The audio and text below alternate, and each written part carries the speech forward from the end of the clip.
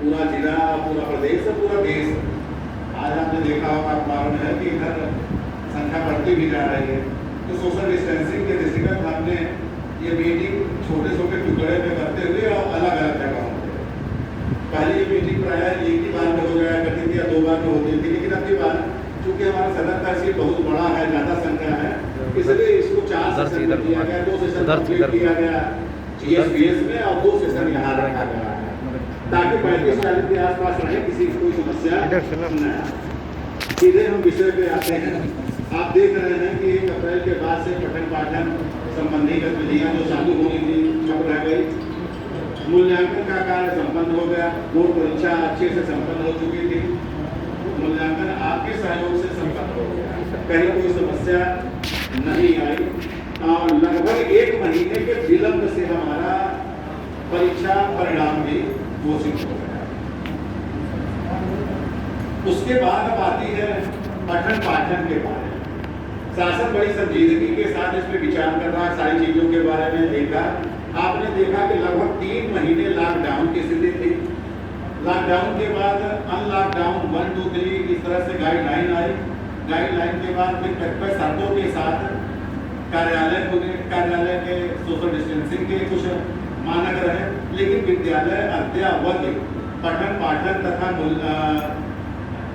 कक्षाओं को संचालित करने के लिए सीधे फेस टू फेस बंद है, प्रतिबंध है। केवल ऑनलाइन और वर्चुअल क्लासेस चलाने की छूट दी गई। विद्यालयों में आपने देखा होगा कि 2020 का ये 4 जुलाई का जो शासनादेश आया था अपर मुख्य सचिव महोदया का, उसमें उन्होंने स्पष्ट लिखा हुआ है कि ऑनलाइन क्लासेस चलाए जाएंगे। विद्यालय में छात्र अगर आते हैं तो केवल शुल्क जमा करने के लिए, टीसी देने के लिए, एडमिशन कराने के लिए या टीसी या मार्कशीट वगैरह लेने के लिए, अन्य इस तरह के किसी भी कार्य के लिए विद्यालय आएंगे, सोशल डिस्टेंसिंग का पालन करते हुए वो अपनी गतिविधि को पूरा करके जाएंगे। लेकिन विद्यालय में पठन पाठन सीधे नहीं, जैसे क्लास वाइज होता था उस तरह का नहीं होता, कक्षा में बैठा कर, उसमें प्रतिबंध है। और उसके बाद कोई टेस्ट भी यही संचालित होने की छूट है। आपने देखा अभी फिर से आ गया अनलॉकडाउन और की गाइडलाइन आ गई है और आपने ये भी देखा कि इसमें 21 सितंबर तक अभी पूरी तरह से प्रतिबंध है। उसके बाद कुछ उसमें नियम शर्तें देंगे, लेकिन जब तक नहीं आ जाता है तब तक हम अभी उसी से संचालित होंगे। इसमें 30 सितंबर तक स्पष्ट है कि विद्यालय पठन पाठन के लिए या विद्यालय में छात्रों को बुला करके पढ़ाई नहीं कराई जाएगी और न ही वहां पर परीक्षा कराएंगे। ऑनलाइन क्लासेस के बारे में कोई परेशानी नहीं। अब समस्या है कि ऐसी स्थिति में पढ़ाई हो तो कैसे हो। हमारी जिम्मेदारी है, विद्यालय खुला है, विद्यालय पढ़ाई नहीं होगी तो विद्यालय का कोई मायने नहीं है। सेशन 0 हो नहीं रहा है, लोगों का कयास था कि शायद सेशन 0 कर दिया जाए, तो ऐसी भी संभावना नहीं है। क्योंकि आप देख रहे हैं पहले हायर क्लासेस के बारे में कुछ परमिशन देंगे, हो सकता है अगर वहाँ पे कहीं कोई प्रॉब्लम नहीं आती है, कोई समस्या बहुत नहीं आती है, तो अगले स्टेप में ये भी हो सकता है कि इंटरमीडिएट और हाई स्कूल के फाइनल ईयर के क्लासेस के बारे में कुछ नियमों में शिथिलता या ढील दी जाए। यह भी हो सकता है अगर वो सही रहता है, कहीं कोई दिक्कत नहीं आती है तो 9-11 के बारे में भी कर सकते हैं। धीरे धीरे करके हो सकता है 1 महीने बाद 6-7-8 के बारे में भी कर सकते हैं। तो इस तरह से एक एक कदम को फूंक फूंक करके संभाल करके उठाया जा रहा है, क्योंकि अगर कहीं कोई चूक हो गई, कोई त्रुटि हो गई तो बहुत बड़ी जन और धन की हानि होगी। इसलिए शासन और विभाग भी और स्वास्थ्य मंत्रालय भी, भारत सरकार चाहे उत्तर प्रदेश सरकार, सभी बड़ी सजगता के साथ ये कार्य कर रहे हैं। अब इसमें आपने देखा कि पठन पाठन हो कैसे, इसके लिए किया ये गया कि विभिन्न जिलों में हम लोगों की माने लगभग हर हफ्ते और हर हफ्ते का एक हफ्ते में कभी कभी 2-2 बार वीडियो कॉन्फ्रेंसिंग होती थी शासन से सीधे।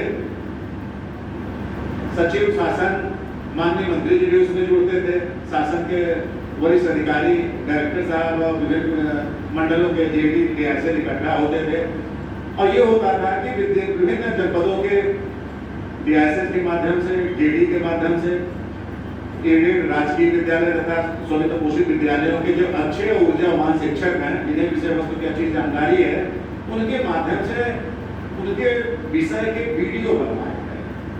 वीडियो बनाने के लिए उनसे कहा गया शैक्षिक रूप से आप कौन कौन सा बनाना चाहते हैं, उनकी क्षमता देखी गई। फिर उसके बाद उन्हें निश्चित किया गया कि ठीक है, आप इस विषय में आप ये फला फला चैप्टर बनाएंगे।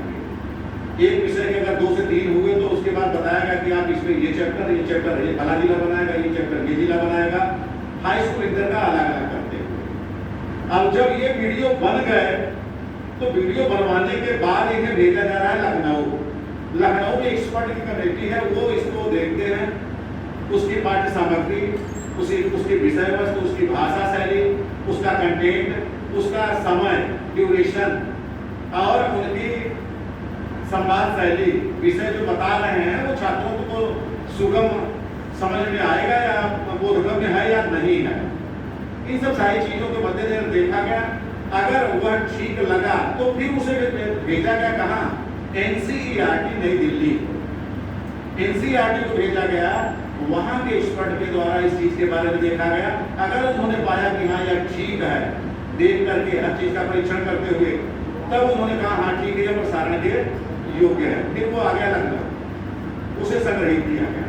और अगर उसमें कोई टेक्निकल प्रॉब्लम या कहीं कोई दोष है या कोई समस्या है तो उसके बारे में वो समीक्षा करते हुए, वो नोट देते हुए फिर उन्हें भेजा गया कि आप इसमें ये सुधार करिए।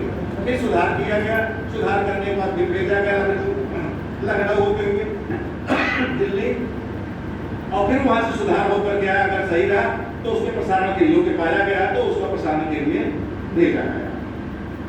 अब हमारे पास जब पाठ्य सामग्री पर्याप्त मात्रा में हो गई तो सरकार ने क्या किया, स्वयं प्रभा चैनल और दूरदर्शन उत्तर प्रदेश, 2 हैं। एक है स्वयं प्रभा चैनल 22 और दूसरा है कौन सा, दूरदर्शन उत्तर प्रदेश। आप सब जानते होंगे, पढ़े भी होंगे, व्हाट्सएप पे भी बताया गया।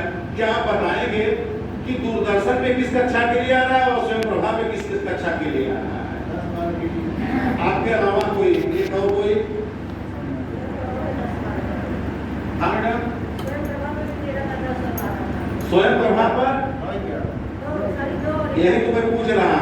हम पढ़े लिखे लोग हैं और हम लोगों पे ही मोहल्ले की प्रधानी है जिम्मेदारी, और हम ही सो गए तो मतलब क्या रहेगा? हमारे बगल वाले गांव के 2 लोग इलेक्शन लड़ने के लिए तैयार हो। एक ने बोले कि हम तो जब विरोध हो जाएगा तो अच्छा रहेगा, दूसरा बोला नहीं हम तो लड़ेंगे ही। तो उन्होंने दिमाग क्या लगाया, कहा भाई चलो ठीक है, लड़ोगे तो कोई बात नहीं, तो चला जाए, कौन सा ठीक है, अपना पर लड़िएगा, हम अपना लड़ेंगे। नामांकन भरने गए तो उसके बाद बोले कुछ खा पी लिया जाए, मर मिठाई हो जाए। उन्होंने कुछ दवा मिला दिया, नशा थोड़ा हुआ उन्हें, उसके बाद फार्म उनका ये प्रधानी का भरे, उसका सदस्य का भरवा दिए, हस्ताक्षर वगैरह हो गए, पढ़ा लिखा कम था। आखिर में जब नाम वापसी वगैरह का आया तो पता लगा दूसरे बार प्रधान जी घर पे ढोल न गाए बजे रहे। पता लगा क्यों ऐसा, तो कहे तो जब विरोध हो गए हम भी तो कह रहे थे। जब वो ब्लॉक में पता करने गए तो भाई आपने सदस्य वाला भर दिया। तो हम लोग ऐसे प्रधान न बने, सजग रहें, ठीक है ना। स्वयं प्रभा चैनल पर आप देख लीजिए, कक्षा 9 और कक्षा 11 ये अधिकांश लोगों की मानसिक समस्या है। हमको भी शुरू में आता था, लेकिन हमने देखा कि नहीं क्या किया है। शुरू में हम लोग कक्षा 6, 7, 8 में स्काउट की परेड करते थे तो दाया बाया नहीं समझ में आया। एक हाथ मुट्ठी बांधे रहते थे, उसको मानते थे कि दाया, और दूसरा हाथ खोले रहते थे बाया, निशान लगाए रहते, कभी बीच बीच में उसको चिकोटी काटते रहते। सजग रहिए, हमारा कहने का मकसद सिर्फ यही है। कक्षा 9 और कक्षा 11 के लिए स्वयं प्रभा चैनल पर आ रहा है, और इसका टाइम आप जानते होंगे, टाइम दिया गया है अलग अलग, 4-5 टाइम स्लॉट है, और आखिर में 11 बजे से लेकर के इधर शाम को विलंबतम आता है आपका 6:30 बजे। एक कहीं कहीं पे 1 घंटे का ड्यूरेशन है, कहीं पे आधे घंटे का ड्यूरेशन है। और आप यह भी देख रहे होंगे कि इसके लिए गवर्नमेंट ने टाइम टेबल भी दिया हुआ है, अखबारों में आता है, हम आपको व्हाट्सएप पे भी शेयर करते हैं, ताकि कहीं कोई कमी न रह जाए, सूचना में कहीं कोई त्रुटि न रह जाए। तो स्वयं प्रभा चैनल पे कक्षा 9 और कक्षा 11 का आ रहा है, और दूरदर्शन उत्तर प्रदेश पर आ रहा है कक्षा 10 और कक्षा 12। ठीक है ना। अगर एक ही चैनल पे देंगे तो उस पर ज़्यादा आ जाएगा और उसका और जो कमर्शियल प्रोग्राम होता है वो कहाँ से आएगा। हम गवर्नमेंट या विभाग या सरकार जो है उनको उतना पे नहीं कर पाएगी कि उनका चैनल चल पाए। आप जानते हैं अगर अखबारों में विज्ञापन न छपे तो आपका 5 रुपए में कोई अखबार नहीं निकलेगा। वही उनकी अस्थायी पूंजी होती जिसके आधार पर प्रिंटिंग का चार्ज मिलता है। बाकी तो आपका सिस्टम में 6 रुपए का आपका प्रिंट रहता है, लेकिन आप जानते हो कि 3-4 रुपए से तो प्रेस से निकलता है, बिचौलिए बीच में लेते चलते हैं, अखबार बांटने वाला हाकर भी लेता है। तो कुल मिलाकर के 6 रुपए का अखबार है, लेकिन वो है तो उसको वास्तविक रूप में प्रेस को 3 या 4 ही रुपए मिल रहा है। तो ये कहने का माने कि दोनों चैनल इसलिए चलाया जा रहा है कि एक तो पूरे प्रदेश में, दूसरा अगर कहीं किसी का एक ही उस पर आ रहा है तो समस्या आएगी। तो इसलिए दूरदर्शन उत्तर प्रदेश में आपका हाई स्कूल का और 10वीं और 12वीं और कक्षा 9 कक्षा 11 का दूरदर्शन उत्तर प्रदेश तो स्वयं प्रभा चैनल पर। लेकिन ध्यान देने वाली बात है जो दूरदर्शन उत्तर प्रदेश पर आ रहा है कक्षा 10 और कक्षा 12 का, उसका प्रसारण सिर्फ एक बार ही हो रहा है, दोपहर में 11 बजे से लेकर के 1 बजे तक। स्वयं प्रभा चैनल पर जो आ रहा है उसका पुनः प्रसारण भी हो रहा है। जो दिया जा रहा है दोपहर को वही जो है चीजें शाम को भी। ऐसा न हो कि कोई छात्र या लाइट के कारण या किसी अन्य कारण से उस कार्यक्रम को अगर नहीं देख सका है तो उसको क्या करेगा, दोबारा देख सकेगा। अगर एक बार देखा तो चाहे वो दोबारा देख ले, दोबारा देख लेगा तो उसका जो संशय रहेगा वो दूर हो जाएगा। तो एक तो ये चीज है, इसके माध्यम से पाठ्य सामग्री अब क्रमवार चल रहा है। आपका मान लीजिए चैप्टर शुरू होता है पहला दूसरा तीसरा इस तरह से, तो ये पाठ्य सामग्री उपलब्ध है। इनके बारे में हर सप्ताह का टाइम टेबल आपको दिया गया। पहले उधर 24 जुलाई से अगस्त से लेकर के अगले शुक्रवार तक कर दिया गया था। हफ्ते में 5 दिन ये चल रहा है, शुक्रवार शनिवार और रविवार बंद रहा। तो 5 दिन ये चैनल चल रहे हैं और छठा दिन यानी शनिवार जो है शासन ने निर्धारित किया है यह शिक्षकों के लिए है। छात्र इसमें अपने शिक्षक से अगर उस विषय में कोई समस्या रह जा रही है तो उसका समाधान उनसे प्राप्त करेंगे। टीचर का नंबर रहेगा, उनसे पूछेंगे सर फला दिन जो पढ़ाया गया उसमें ये समस्या है तो ये कैसे हो गया, उन्होंने इस चीज के बारे में नहीं बताया। सरकार ने यह भी कहा है कि जो चैनल पर कार्यक्रम प्रसारित होगा उस विषय का अध्यापक उस कार्यक्रम को भी देखेंगे।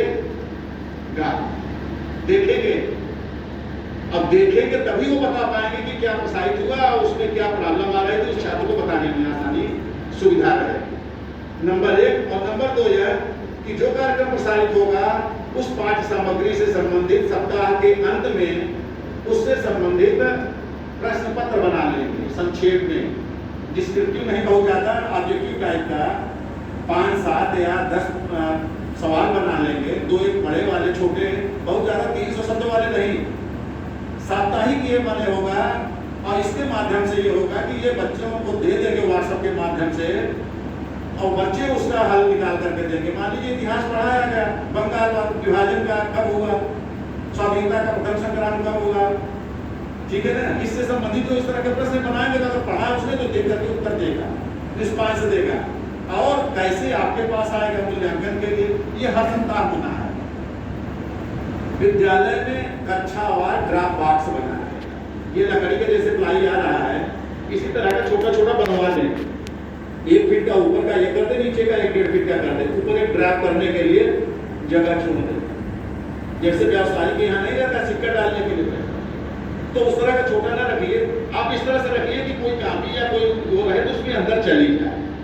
बच्चा लिख करके वो स्वयं या उसका गार्जियन ना करके उसमें कक्षा नाम विषय लिखा रहेगा।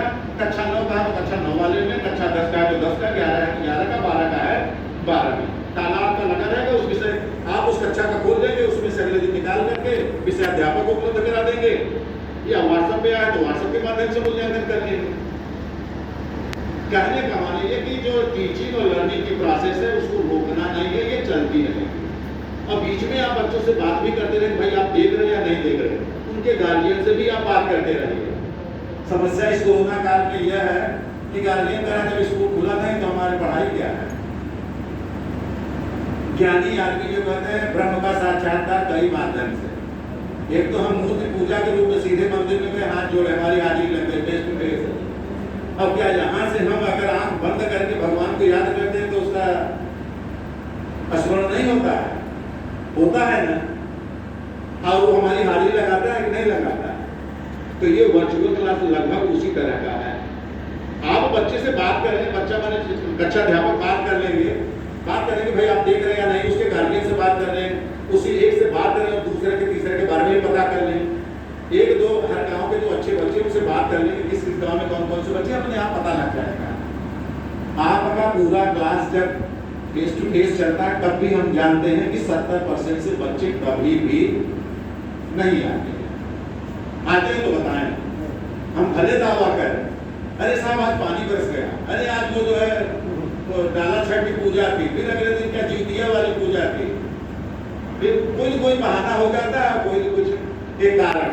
तो बहरहाल हम ये कहा कि अगर 100% उपस्थित होगी तभी हम क्लास चलाएंगे, एक आइडियल कंडीशन। तो ये संभव वर्तमान परिप्रेक्ष्य में अभी संभव दिख नहीं रही है, लेकिन उसका हम इंतजार नहीं करेंगे, हम अपना कार्यक्रम चालू रखेंगे। तो ये चीजें रहेंगी, ठीक है। और यही नहीं, अब की बार माध्यमिक शिक्षा परिषद उत्तर प्रदेश के द्वारा हर महीने के आखिर में जो पढ़ाया गया विषय उसके बारे में वह मासिक रूप से आपको प्रश्न पत्र उपलब्ध कराएंगे वर्चुअल रूप से। अब वह प्रश्न पत्र आप किसको दे देंगे? बच्चों को ट्रांसफर कर देंगे, बच्चे उसके बारे में लिख करके और वह जो है आ जाएगा आपके पास ड्रॉप बॉक्स के माध्यम से। आप उसका मूल्यांकन कर लेंगे, मूल्यांकन करने के बाद उसका डेफिनेशन वगैरह बना लीजिए। स्थितियां गंभीरता से इसको ध्यान से सोचने की आवश्यकता है। अगर स्थितियां अनुकूल हुई तो क्लास भी चलेगा, भाई भी अगर स्थितियां अनुकूल नहीं, आगे भविष्य का क्या पता है? बादल है, बरसात होगी या धूप होगी, मूसलाधार भी हो सकती है, बिजली भी गिर सकती है, मौसम ऐसे भी बना जा सकता है, संभावनाएं अनंत है। हमें हर स्थिति परिस्थिति के लिए तैयार रहना है। तो उस टेस्ट को भी आप लेते चलिए, बच्चों को बता दीजिए कि हमें रिजल्ट बनाने के लिए हो सकता है इन्हीं चीजों को सहारा लेना पड़े कि मासिक टेस्ट में इसकी क्या परफॉर्मेंस है, उसी के आधार पर उसका प्रमोशन दिया जाएगा, ऐसा भी हो सकता है। क्यों? तो इस चीज के बारे में भी आप बताते रहेंगे और बताएंगे तभी गार्जियन इसका इम्पोर्टेंस समझेंगे, तभी आपके विद्यालय में फीस जमा करने आएंगे। नहीं तो मेरे गुरु जी ऐसे टीवी दिखा रहे हैं तो मतलब नहीं, समस्या बनेगी। आपके सामने आपके विद्यालय में 10 शिक्षक हैं तो 10 शिक्षक में किसको कितना दें और किसको न दें तो क्यों ना दें, वो भी तो हमारे भरोसे बैठा हुआ है। गार्जियन कह रहा है कि नहीं फीस नहीं देंगे, सरकार कह रही है कि नहीं फीस हम माफ नहीं देंगे, गार्जियन कह रहा है कि अगर फीस माफ किया सरकार ने, आप बता दीजिए, लड़िए मत धैर्य के साथ। भाई फीस माफ नहीं हुई है, सरकार ने ये कहा कि अगर आप फीस इकट्ठा नहीं दे पा रहे हैं तो आप एक महीने का कर देते हैं। केवल माफ हुआ था तो अप्रैल मई जून का, और वह भी कौन सा बताइए? हाँ, शासनादेश पढ़ा करिए भाई आप लोग। वाहन शुल्क केवल माफ हुआ था, बाकी शुल्क के बारे में ये था जो शुरू में आदेश आया था कि अगर शुल्क नहीं दे पा रहा है तो वह क्या करेगा, अगले महीने में दे देगा। 3 महीने के इकट्ठा मत मांगिए, अगर दे रहा है तो ले लीजिए, नहीं दे पा रहा है तो अगले महीने में ले लीजिए। 3 महीने में भी नहीं दे पा रहा है, रोजगार छूट गया, तो आप उससे प्रिंसिपल या विद्यालय के प्रबंधन और अभिभावक के बीच में समझौता हुआ, बताएंगे कि आप इन फीस को अगले 3 महीनों की फीस के साथ थोड़ा थोड़ा करके आप जमा करेंगे, क्योंकि वही जो शुल्क आ रहा है उसी शुल्क से आप विद्यालय का बिजली, पंखा, लाइट, पानी का और उसके साथ साथ शिक्षकों की सैलरी भी आप दे रहे हैं। इसी को अच्छे से जानते रहिए। इसके लिए कोई गार्जियन आता है तो लड़ने की आवश्यकता नहीं है, उसको धैर्य से समझाना है। स्थितियां परिस्थितियां अनुकूल नहीं है, हमारा आपका घर परिवार है, ठीक है, हम आज इस पद पे हैं लेकिन हमारे भाई हो सकता है ना हो, आप इन पदों पे हैं, तमाम वैसे भी आपके घर परिवार के आसपास के लोग होंगे कि जो जिनकी स्थितियां अच्छी नहीं होगी। तमाम लोग अच्छे माने जॉब में थे, नोएडा या दिल्ली, अब आप देखें वहाँ भी स्थितियाँ बदली है, रोजगार छूटा है, तो स्थितियों को महसूस करिए, पढ़ाई छूटने का पाए और फीस के बारे में आप उनसे बता दीजिए भाई इसको जमा करना है, देर सवेरा आप जमा करें, ठीक है। कोई कंफ्यूजन हो तो बता दीजिएगा, बाद में अभी बात कर लिया जाए। एक तो यह चीज़ है। तो हमने बताया कि आपको कि इनका साप्ताहिक टेस्ट आपके विद्यालय के शिक्षक लेंगे और मासिक टेस्ट जो होगा वो बोर्ड के द्वारा जो आएगा आपका काम को क्या कहते हैं पेपर, उसके द्वारा आपके विद्यालय के ही लेंगे, मूल्यांकन आप ही कराएंगे।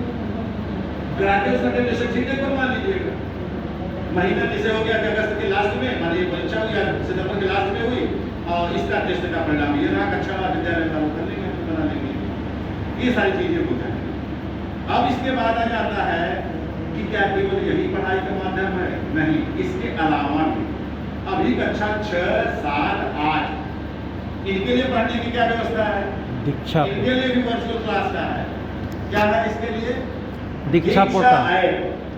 दीक्षा ऐप आप जानते होंगे, व्हाट्सएप पे आपका मोबाइल जो होगा उसमें एक लोगो दिया गया है, एक नीले रंग की रेखा है, एक हरे रंग की रेखा है और उसी में ऊपर लाल बिंदु एक बनी हुई है, वो दीक्षा ऐप का दिया गया है। दीक्षा ऐप आप अपने मोबाइल पे आप टाइप करेंगे गूगल प्ले स्टोर में जा करके तो उसमें आ जाएगा। उसका लोगो आपने देखा होगा ऐप का, उसमें दिया गया होगा और जिन्होंने नहीं देखा होगा मैं आपको दिखा दे रहा हूँ, लेकिन इसमें बहुत छोटा है क्योंकि दूर से दिखेगा नहीं।